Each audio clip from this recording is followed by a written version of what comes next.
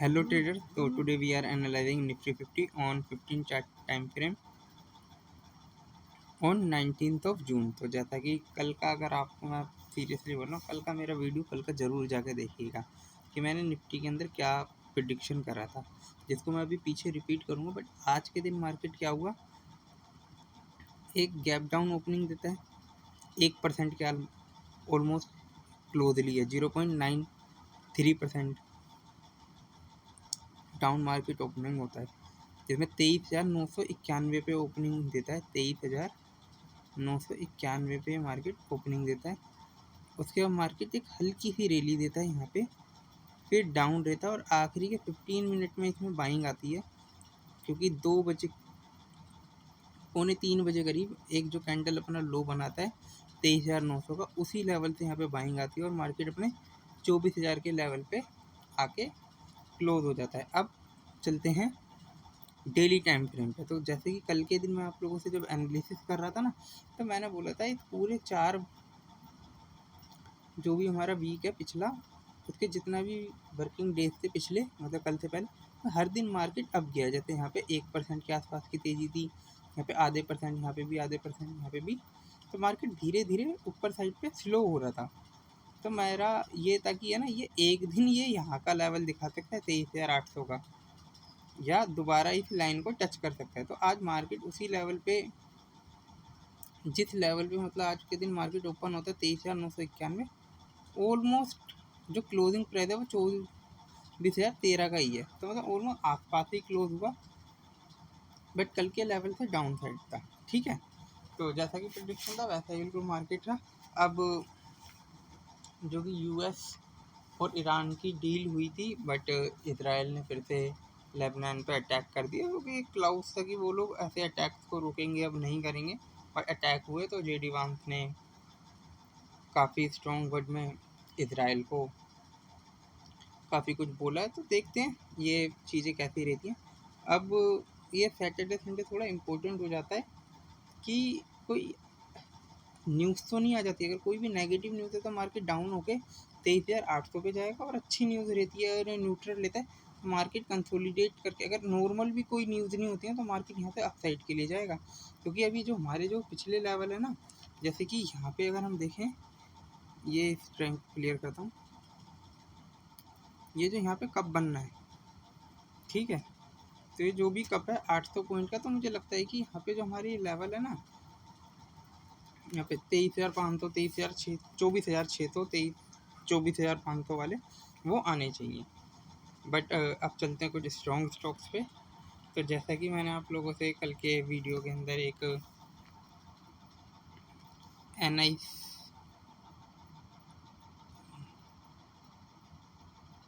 NICL को discuss किया था, NI new India insurance company को। तो इस स्टॉक को मैंने आप लोगों से डिस्कस किया था और मैंने यही बोला था कि इस रजिस्टेंस से हल्का सा डाउन आ सकता है। अगर ये डाउन नहीं आया तो इस चैनल के अंदर एंटर करके ये वाले लेवल को दिखा सकता है 202 समथिंग। आप मेरा कल का वीडियो देखना, मैंने यही बोला है। और आज के दिन स्टॉक क्लोजिंग 202 पे दे रहा है, और जो हाई है 206 के लगाए हैं। ओपनिंग प्राइस 180 का था। तो आज के दिन अच्छे वॉल्यूम के साथ ये अपना मार्केट के अंदर एंटर हो चुका है। अब ये यहाँ पे रेजिस्टेंस फेस कर रहा है। अगर इस रेजिस्टेंस को ऊपर क्लोज करता है तो यह दोबारा से और अप साइड के लिए जा सकता है। बट अभी यहाँ पे थोड़े से दिन कंसोलिडेट करेगा और इस चैनल के अंदर डाउनवर्ड्स के लिए आएगा। तो इसके अंदर जो भी अपसाइड आनी थी वो आ चुकी है। ठीक है, बस यही बताना था कि इसके अंदर और अपसाइड को देखी जा सकती है, इसमें कोई डाउट नहीं है। स्टॉक जब चलता है तो अच्छा चलता है। बट हाँ, जो अगला रेजिस्टेंस फेस होगा वो आपको यहाँ होगा 220 पे। बट अब इसमें और कोई अपसाइड की मुझे खास उम्मीद ही नहीं लग रही है। जाने को तो 220, 240, 50 भी जा सकता है, बट अब उस चीज़ में मज़ा नहीं आएगा, क्योंकि जो भी था वो कल के दिन के प्राइस पे ही था। अगर आज डाउन होता फिर खरीदते तो फिर ये 200 तक, 230 तक की रैली देता, तो हमें काफ़ी अच्छा प्रॉफिट होने की उम्मीद थी। अब इसके बाद नेक्स्ट स्टॉक में आप लोगों से डिस्कस करना चाहूँगा ना, वो है पूना वाला फिनकोप लिमिटेड। तो ये स्टॉक है ना, आज के दिन है ना 5% अप था। बट अगर मैं ये देखो मेरी पुरानी ड्राइंग लगी हुई है, ये देखो कहीं जाने की ज़रूरत नहीं है। क्यों? क्योंकि मैं मेरे जो भी स्टॉक्स हैं ना, अगर मेरे को पुराने वीडियोस भी दिखे तो ऑलमोस्ट मेरे मैक्सिमम रिपोर्ट जो स्टॉक्स होते हैं वो रिपीट होते रहते हैं। तो मैं अपनी ड्राइंग को कभी भी क्लियर नहीं करता हूँ ताकि वो रेफरेंस के लिए दिखा दो। तो आप मेरे पुरानी वीडियो में जाके देखेंगे तो मैंने यही बोला है होगा, यहाँ पे जब ये इस रेंज के अंदर चल रहा था तो एक अपसाइड के लिए जाएगा, यहाँ पे सपोर्ट ले रहा है, बट ये इस ट्रेंड लाइन के सपोर्ट पे है। तो ये स्टॉक क्या कर रहा है, यहाँ पे एक बार ब्रेक करने की कोशिश करी, नीचे आ गया फिर से। अब ये फिर अगर ये ब्रेक किया तो 486 तक के लेवल दिखा सकता है। तो यहाँ से जो कि 50 पॉइंट की अपसाइड दिखती है, 60 पॉइंट की, तो जाकर 15 से 16% की अपॉर्चुनिटी है। तो इस स्टॉक को भी आप रडार पे रख सकते हैं। और अगर आपको मैं दिखाऊं कुछ ये यहाँ पे, तो देखिए कि ये 5-5.5% की अपसाइड पे है, 400 के लो लगा रखे थे और 436 तक के हाई के लिए। तो ये स्टॉक काफ़ी अच्छा है, इसको आप देख सकते हैं। ठीक है, इसके बाद नेक्स्ट स्टॉक में आप लोगों से बैंकिंग सेक्टर, जैसे मैंने ना 2-3 दिन पहले की वीडियो में भी बैंकिंग सेक्टर डिस्कस करे थे, जिसमें 17 जून का वीडियो है जिसमें IDBI बैंक डिस्कस किया था और यूको बैंक डिस्कस किया था। आज फिर से फाइनेंस सेक्टर से देखने के लिए स्टॉक में आप लोगों को डिस्कस कर रहा हूँ, ESF। तो आज के दिन ESF स्मॉल फाइनेंस बैंक को मैं डिस्कस कर रहा हूँ। तो इस स्टॉक को भी अगर आप देखें तो इसमें 13% की एक अपसाइड है, 13-13.5% की अपसाइड है। और अगर आप ये देखेंगे ना, इसके अंदर ये देखो, ये यहाँ पे लगातार एक रैली आई थी। इस रैली से भी कोई अंदाज़ा लगा सकता था कि ये 23 रुपये से लेके जब ये यहाँ तक गया था ना, अचानक से ये उल्टा लग गया है। इसको डिलीट करते हैं, सही से ठीक से इसको लगाते हैं। ये देखिए यहाँ पे 34% की अपसाइड थी। ये स्टॉक जब 23 रुपये से लेकर 31 रुपये तक गया था, ठीक है। तो इस स्टॉक में यहाँ पे जो थे, और इतना स्टॉक्स को चलाना किसी रिटेल की तो बात है ही नहीं। ये एक ऑपरेटर या अच्छा इंस्टीट्यूशन या FII जो बाइंग कर रहे होते हैं वही कर सकते हैं। तो इस स्टॉक्स को अगर हम देखें, आज ही स्टॉक्स के अंदर फिर से अच्छी खासी एक अपसाइड देखने को मिल रही है, जिसमें इसने 36.70 के हाई लगा दिए थे, 31.76 का लो है, और स्टॉक्स के अंदर 2 मिलियन शेयर्स की बाइंग एंड सेलिंग है। तो इस चीज़ को आप देख सकते हैं, ठीक है, और कंसीडर कर सकते हैं। और अगर ये यहाँ पे है ना, देखो ये यहाँ पे कर रेजिस्टेंस फेस करेगा, मैं वो लाइन भी ड्रॉ कर देता हूँ ताकि कभी ये यहाँ से गिरा तो हम इसको डिस्कस कर सकें। मैं अपनी ड्राइंग है ना, इसीलिए लाइव वीडियो के मतलब जब मैं आप लोगों से स्टॉक डिस्कस कर रहा हूँ तभी लगाता हूँ, पैटर्न भी तभी ड्रॉ करता हूँ। अब जैसे 34% की रैली है, अब मुझको कभी भी यहाँ पे कभी प्राइस दिखेगा इन फ्यूचर, क्योंकि स्टॉक अब जा रहा है, अभी तो कहीं पे भी जा सकता है, 38 रुपये तक जा रहा है। जो डाउन आएगा कभी मुझे यहाँ, तो मुझे पता है कि यहाँ पे एक ये 30% की रैली आ चुकी है, तो मैं यहाँ पे कोशियसली एक बार एंट्री बनाने का सोच सकता हूँ। तो इसलिए ड्राइंग को मैं कभी क्लियर नहीं करता। इसके बाद अगर मैं अगला स्टॉक इन्फोसिस डिस्कस करना चाहूँगा, जिसके अंदर की मतलब मैं आपको बोलूँ तो किसी भी तरीके की अपसाइड तो नहीं है, आज इसके अंदर एक डाउन साइड थी। और इस स्टॉक्स को अगर आप देखेंगे तो अपने ये हाई से आज का मतलब 47% के डाउन डिस्काउंट पे अवेलेबल है। और इसकी अगर मैं अपसाइड दिखाना चाहूँ, अगर ये सिर्फ अपने हाई के लिए भी जाता है ना, तो ऑलमोस्ट 100% की अपसाइड दिखा सकता है ये स्टॉक, 88% की। अब इस स्टॉक को लेवल को आने में टाइम लगेगा, क्योंकि अगर ये गिरने में 1.5 साल लग सकता है तो चलने में भी 2 साल वहाँ तक जाने में इसको लग सकता है। तो एक्सचेंजर ने अपने रिजल्ट अनाउंस करे Q3 के, तो उनका गाइडेंस जो है वो थोड़ा वीक है।